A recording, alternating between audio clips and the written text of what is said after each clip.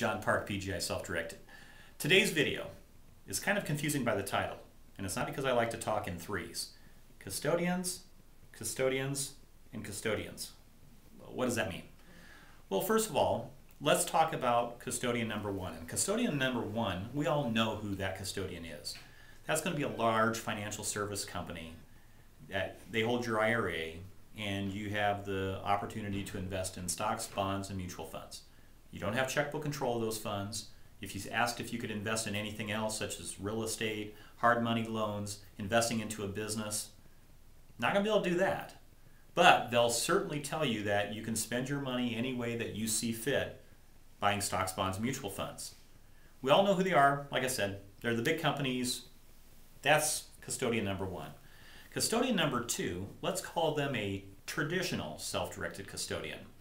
What a traditional self-directed custodian is going to allow you to do is to be able to invest in those same assets, stocks, bonds, mutual funds, but they're also going to allow you to invest in non-traditional assets, things that are still permitted under IRS regulations, but that the first custodian, because they're not getting paid on it, doesn't allow you to invest in. So with a traditional self-directed custodian, you're going to be able to invest in things like real estate. You are going to be able to invest in hard money loans, investing in startup businesses, etc. But with a traditional self-directed custodian, they typically are holding that IRA checkbook. They're not giving it to you. Anytime you want to make an investment, you have to make that request to them in writing. They'll send out the check. They fund the investment, etc. Okay, well that's a little bit better step, or a little bit better offering than custodian number one. But is it really the best? So now let's look at the third type of custodian. And in the business, it's kind of referred to as an IRA LLC custodian. What this type of custodian will now allow is we're still using the custodian to hold that IRA. That's, by the way, is a congressional mandate. An IRA has to be held by a custodian. But how do you get that checkbook control of your funds? Well, through the establishment of an IRA LLC structure, that custodian will now permit you, provided the legal documents are in place, to actually move monies from that IRA account into an LLC account. What's the benefit of that? Well, the benefit is now, as manager of your own LLC and of that checkbook, you now can make investments in assets that you want to make investments into.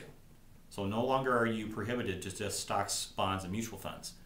You can invest in real estate, you can invest in hard money loans, you can invest in those startup businesses. But unlike custodian number two, you're going to be able to invest in those, and you're going to be able to literally pull the checkbook out of your pocket. So, custodian one, custodian two, custodian three. If you can have legal control of that checkbook and invest in any and all assets permitted under IRS regulations, do you think you might have an interest in having that checkbook control of your self-directed IRA? Hopefully this kind of cleared up some confusion related to a custodian, and a custodian. Don't know if I made sense of that for you.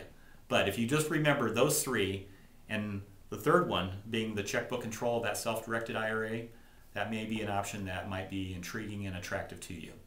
Again, this is John Park, PGI Self-Directed. Thanks for watching today. If you have any questions, please feel free to give us a call at 855-844-2225. Thanks.